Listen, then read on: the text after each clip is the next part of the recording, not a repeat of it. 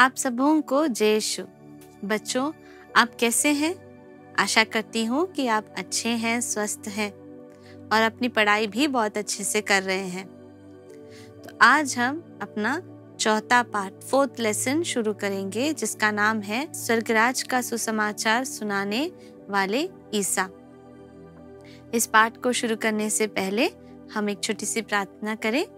तो आइए आप सभी अपने हाथ जोड़ें, आंखें बंद करें और प्रार्थना करें। पिता, पुत्र, पवित्र आत्मा के नाम पर आमीन।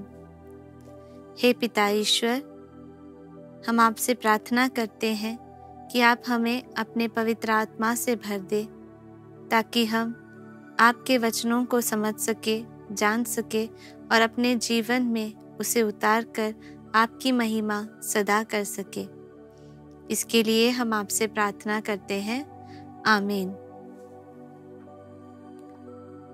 बच्चों, जैसे मैंने आपसे कहा कि आज हम अपने 4th चैप्टर को शुरू कर रहे हैं, जिसमें हम ईसा अपने सुसमाचार को कैसे प्रकट किए, कैसे सुनाए, इसके बारे में हम सीखते हैं।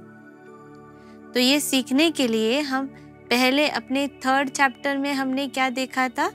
ईसा का बपतिस्मा, जिसके बाद उन्होंने निर्जन जगह गए, प्रार्थना किए और वहां से लौटने के बाद ईसा नाजरत गए और नाजरत में रहते समय विश्राम के दिन में अपने आदत के अनुसार वे सभागृह गए थे। सभागृह में पहुंचने पर सभागृह में जब वे थे, उन्हें इसायास नबी का पाठ पढ़ने के लिए दिया गया। पाठ खोलकर उन्हें यह वचन मिला, जो इस प्रकार है। प्रभु का आत्मा मुझ पर छाया रहता है, क्योंकि उसने मेरा अभिषेक किया है। उसने मुझे भेजा है जिससे मैं दरिद्रों को सुसमाचार सुनाऊं, बंदियों को मुक्ति का और अंधों को दृष्टिदान का संदेश दूं, दलितों को स्वतंत्र करूं और प्रभु के अनुग्रह का वर्ष घोषित करूं। ये पढ़ने के बाद ईसा ने पुस्तक बंद कर सेवक को वापस देकर अपनी जगह पर बैठ गए। तब सभागृह में जितने भी लोग थे, सभी लोग यीशु को ही देख रहे थे, ईसा को ही देख रहे थे। और ईसा ने तब उनसे कहा, धर्म ग्रंथ का यह पाठ, यह वचन आज आपके सामने पूरा हुआ है। इस वचन द्वारा ईसा ने अपने दौत्य को व्यक्त किया, सभी लोगों के सामने प्रकट किया। तो बच्चों, इस वचन में हमें ईसा के दौत्य, जो उन्होंने इस धरती पर करना चाहते थे, वे हमें समझाया। इसे 5 कार्यों में बांटा गया है और अब हम इस पाठ में इस 5 कार्यों को देखेंगे। सबसे पहला कार्य दरिद्रों को सुसमाचार सुनाने का। यहाँ पर ईसा ने अपने वचन में कहा है कि धन्य है वे लोग जो दीन दरिद्र है, क्योंकि स्वर्गराज उन्हीं का है।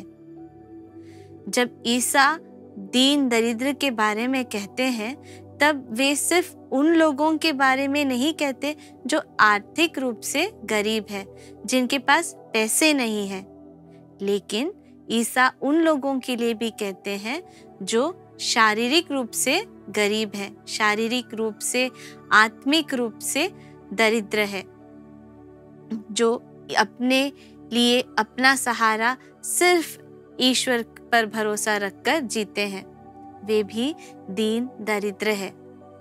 और ईसा उन लोगों के लिए आए थे ताकि वे ये बता सके कि स्वर्गराज उनका है, स्वर्गराज में उन्हें भी स्थान है।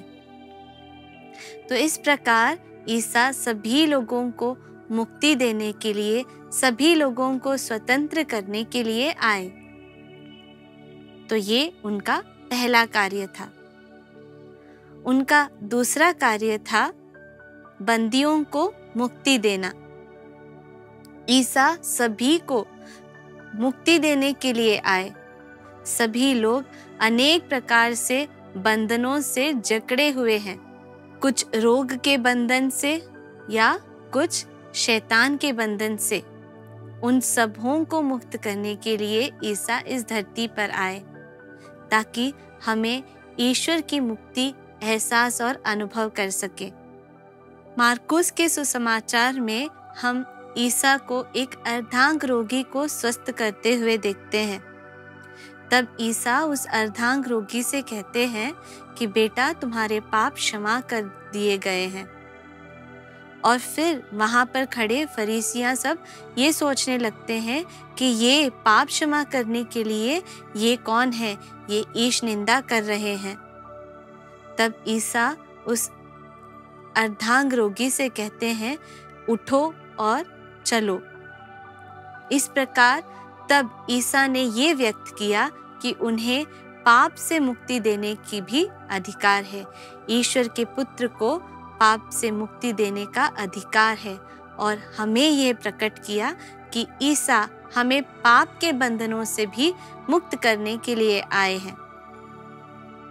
उसी प्रकार ईसा ने बहुत सारे अशुद्ध आत्माओं के बंधन में जकड़े हुए, बंधन में पड़े हुए बहुत सारे लोगों को मुक्ति दी, ताकि वे शैतान के बंधन से मुक्त होकर ईश्वर की दया का, ईश्वर के प्रेम का अनुभव कर सके और अपने जीवन में स्वर्गराज का एहसास कर सके। तो इस प्रकार उन्होंने दरिद्रों को सुसमाचार सुनाते सुनाते उन्होंने बंदियों को भी मुक्त किया, और ये ईसा के पहला और दूसरा कार्य है। अब हम देखते हैं ईसा का तीसरा कार्य क्या था। ईसा और क्या करने के लिए आए थे, और वह क्या है? अंधों को दृष्टि प्रदान करने के लिए। बच्चों, आप लोगों ने सुसमाचार में कई जगह पर देखा होगा जहां ईसा ने अंधों को दृष्टि प्रदान किया। ईसा ने कई अंधों को दृष्टि दी, देखने की शक्ति दी। और उसी प्रकार एक बार एक घटना इस प्रकार भी हुई कि एक व्यक्ति जो जन्म से अंधा था, उसे देखकर शिष्य लोग पूछने लगे कि किसने पाप किया, किसके पाप के कारण यह व्यक्ति अंधा पैदा हुआ। तब ईसा ने कहा कि ना इसके पाप, ना इसके माता पिता के पाप के कारण, बल्कि ईश्वर की महिमा प्रकट करने के लिए यह अंधा है। और उसे उन्होंने चंगाई प्रदान की, उन्हें दृष्टि प्रदान की, और वह व्यक्ति देखने लगा। इस पर फरीसियों को भी बहुत प्रश्न, बहुत सारे तकलीफ होती थी ईसा के इन चमत्कारों को देखकर। तब उनसे भी ईसा ने कहा कि कई लोग ऐसे हैं जो अंधे नहीं हैं, फिर भी देख नहीं पाते, और वे उन लोगों को दृष्टि प्रदान करने आए हैं जो देख नहीं सकते। ईसा सिर्फ शारीरिक अंधेपन की बात नहीं कर रहे थे, वे आत्मिक अंधेपन की भी बात कर रहे थे। जिन्हें आंखें हैं, जो शारीरिक रूप से देख तो सकते हैं, लेकिन फिर भी कई बार कई चीज़ों को अनदेखा करते हैं। और उन्होंने हमारे सभी प्रकार के अंधेपन को दूर करने के लिए अपने ज्ञानी वचन से उन्होंने सबको दृष्टि प्रदान की, ताकि हम सब एक दूसरे को, अपने आप को उसी प्रकार देख सके जिस प्रकार ईश्वर हमें देखते हैं। तो अब इस तीसरे कार्य के बाद में ईसा का चौथा कार्य था दलितों को स्वतंत्रता प्रदान करना। हम सभी या ईसा के समय में जो लोग थे, बहुत सारे लोग कई तरह के बंधनों से बंधे हुए थे। जैसे कि हमने पहले भी देखा, कई लोग बीमारियों से बंधे हुए थे, कई पाप के बंधनों से बंधे हुए थे, कई शैतान के शक्ति से बंधे हुए थे। तो इन सबों को मुक्ति देने के लिए, इन सबों को उनकी गुलामी से मुक्त करने के लिए, स्वतंत्र करने के लिए ईसा इस धरती पर आए और इस प्रकार उन्होंने स्वर्ग राज्य को प्रकट किया। जब पापिनी स्त्री उनके पास आई तो उन्हें पाप क्षमा कर उसके पाप को क्षमा करते हुए ईसा ने उसके पापों के बंधनों से उसे मुक्त किया। और आपको याद है उस अर्धांग रोगी से ईसा ने क्या कहा था? ईसा ने यही कहा था कि बेटा तुम्हारे पाप क्षमा किए गए हैं। तो रोगियों को भी चंगा करने के लिए उनके पाप क्षमा कर पाप की गुलामी से उन्हें मुक्त किया गया। तो देखा बच्चों, ईसा ने हमें शारीरिक, मानसिक और आत्मिक जीवन के सभी गुलामी से मुक्त करने के लिए, स्वतंत्र करने के लिए और ईश्वर की स्वतंत्रता को अपने जीवन में अनुभव करने के लिए, अनुभव दिलाने के लिए इस दुनिया में आए, इस संसार में आए और इस प्रकार उन्होंने स्वर्गराज का सुसमाचार भी सबों को फैलाते रहे। ईसा का आखिरी कार्य जिससे उन्होंने स्वर्गराज की घोषणा की, सुसमाचार को फैलाया, वह था प्रभु के वर्ष की घोषणा करते हुए। प्रभु के वर्ष की घोषणा करना यानी ईश्वर के राज्य के आगमन के बारे में सबको बताना।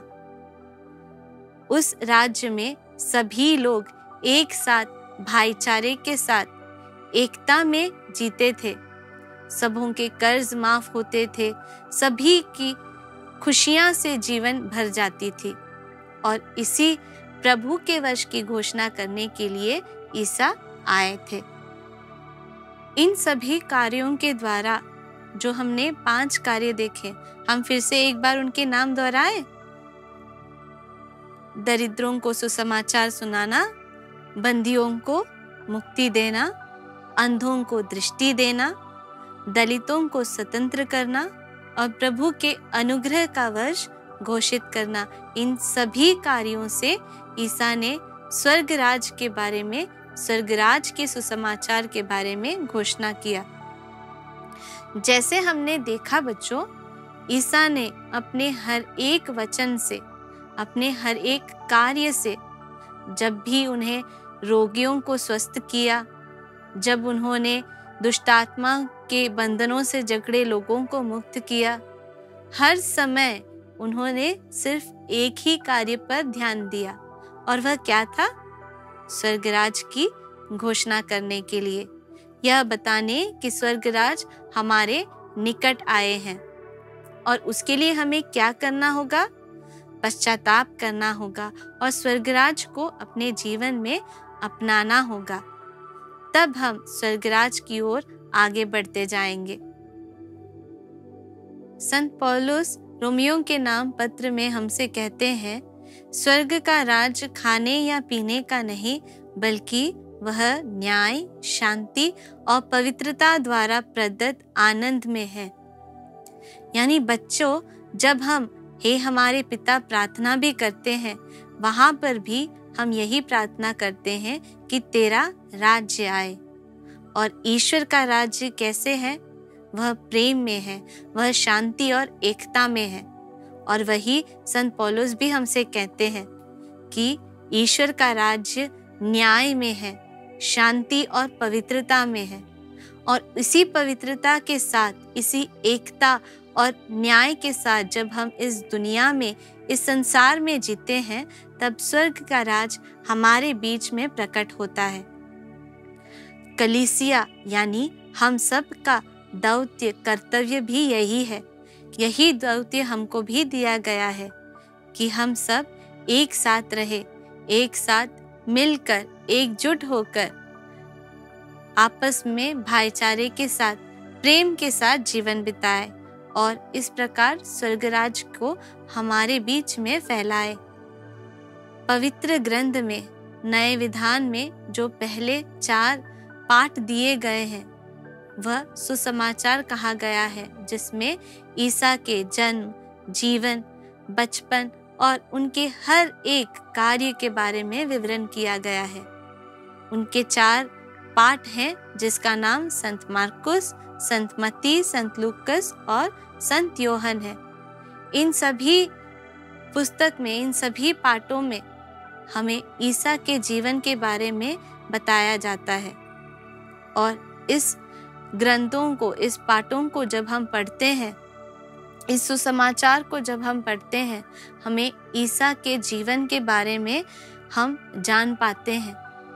इन सभी घटनाओं को ईसा ने अपने जीवन में जो भी किया, हम इन सुसमाचार में मिलते हैं, हमें पढ़ने के लिए अवसर मिलता है और हमें इस पाठों को पढ़ना भी चाहिए। तो बच्चों, मैं आशा करती हूँ, विश्वास करती हूँ कि आप इन पवित्र ग्रंथ के इन सुसमाचारों को, संत मार्कुस के सुसमाचार, संत मत्ती के सुसमाचार, संत लूकस और संत योहन के सुसमाचार को भी आप ध्यान से पढ़ेंगे। और जब ध्यान से हम पढ़ेंगे तो हमारा विश्वास भी दृढ़ होगा। तो चलिए आज इस पाठ को समाप्त करते करते हम एक दृढ़ संकल्प भी करें कि हम ईसा के जीवन को जानेंगे, जानकर उन्हें अपनाएंगे और उसके अनुसार जीवन बिताते हुए स्वर्ग राज को भी हमारे साथ इस दुनिया में फैलाएंगे। तो बच्चों, इस पाठ को आपको अच्छा लगा? आपने ईसा के कार्य को देखा। अब हम भी ईसा के कार्य को आगे इस जीवन में पूरा करें। बच्चों, जैसे कि हमने हर एक पाठ में देखा, उसी प्रकार इस पाठ में भी एक बहुत ही सुंदर सा एक गीत है। तो आइए हम उस गीत को सुनेंगे, याद करेंगे और गाते हुए ईश्वर की महिमा करेंगे।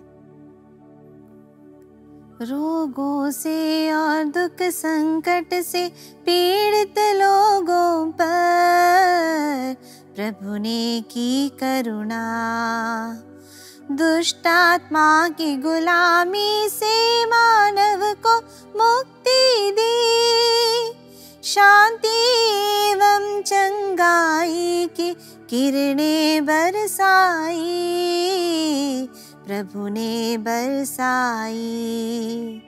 लखवा रोग से पीड़ित तन और मन से व्याकुल भी प्रभु की दया के पात्र बने थे, उनको शांति मिली, प्रभु की शांति मिली।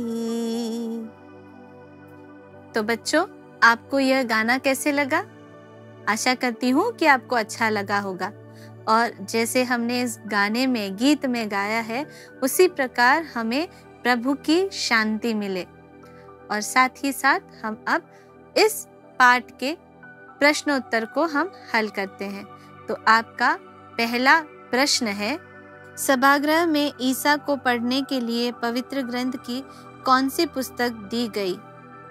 इस प्रश्न का उत्तर है नबी इसायास का ग्रंथ। इस प्रश्न को आपको पूरे वाक्य में उत्तर देना है।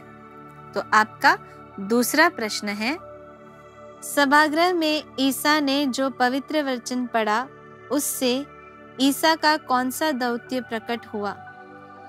इस प्रश्न का उत्तर आपको पेज नंबर 28 में मिलेगा, जो इस प्रकार है। दरिद्रों को सुसमाचार सुनाने, बंदियों को मुक्ति का और अंधों को दृष्टिदान का संदेश देने, दलितों को स्वतंत्र करने और प्रभु के अनुग्रह का वर्ष घोषित करने के लिए दौत्य प्रकट हुआ। आपका तीसरा प्रश्न है, मानव जीवन के हर तरह के अंधेपन को ईसा ने कैसे दूर किया? इस प्रश्न का उत्तर है, मानव जीवन के हर प्रकार के अंधेपन को ईसा ने अपने ईशवाणी से दूर किया। आपका चौथा प्रश्न है, प्रभु के अनुग्रह का वर्ष का क्या मतलब है? इस प्रश्न का उत्तर आपको पेज नंबर 31 में मिलेगा, जो इस प्रकार है। प्रभु के अनुग्रह का वर्ष वह है जिसमें कर्ज माफ किया जाते हैं, अंधों और विधवाओं पर दया की जाती है, गरीबों के साथ अपनी संपत्ति बांटने के लिए लोग तैयार हो जाते हैं, अन्याय और असमानता का जुआ तोड़ दिया जाता है तथा बैर और प्रतिशोध से लोग मुक्त हो जाते हैं।